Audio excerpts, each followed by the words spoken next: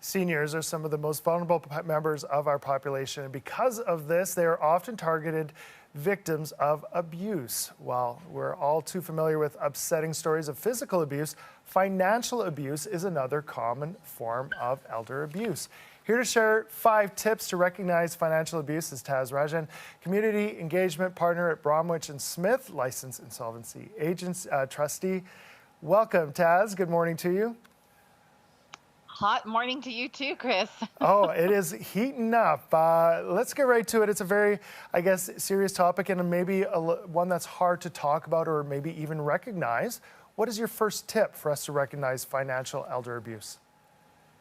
Yeah, it's so true, actually. Financial abuse is less talked about, and that's why we wanted to highlight it today. So the first sign is missing valuables. You know, it's possible that your loved one might have just misplaced something. Of course, that's possible, especially as we're aging. But it's also possible that something was taken away from them. Maybe it's a family heirloom or something that's of value to be sold in the marketplace. So one sign is to really notice, what belongings an elderly person has. And if something goes missing or you're not seeing it, just ask about that. Just be sure to take note and check to see if something is missing.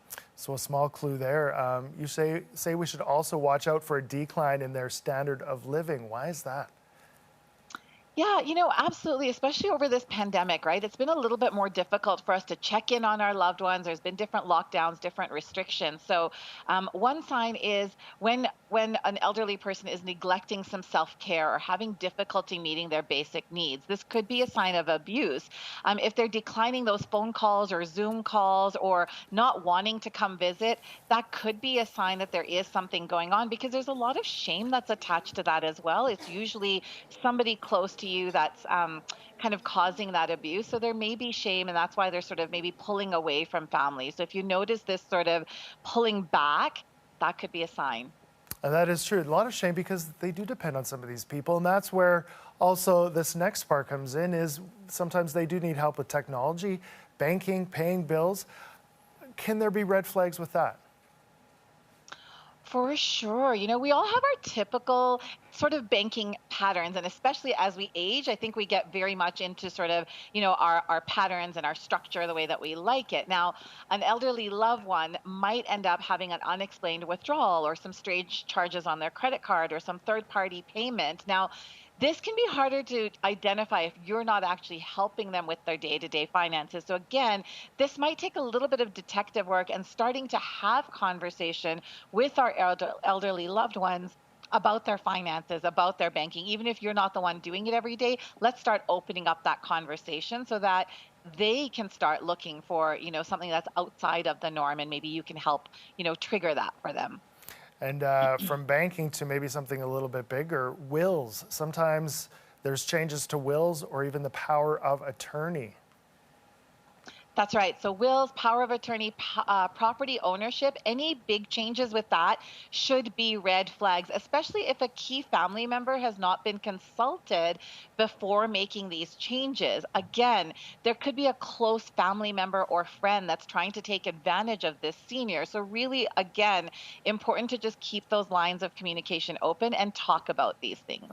And a lot of times I think we think of family members or very close friends, but other influences come into the play. There are more dating sites specifically for seniors. Is there anything we should watch for with those? It's wonderful that there are these new dating sites, and I think it's great to have new relationships for elderly people. But this can be definitely an area of concern and a difficult sign to spot. But there are the romance scams that are out there. I'm sure you guys are familiar with that. So again, just if somebody new is in the picture, let's, get to know this person and try to just, proceed with caution. Perfect. Thank you. And if someone feels that they know someone who might be a victim of financial fraud, how can they contact you? Absolutely. You can visit us at www.bromwichandsmith.com, or our toll-free number is 1-855-884-9243. It may be the bravest thing you do for yourself and your loved one. Thank you so much for joining us, Taz. Thanks, Corey. If you missed that website, you can find it at ctvm2.ca under Morning Live. We're back in a couple. Debt Real Talk with Bromwich+Smith. Free confidential debt relief consultations.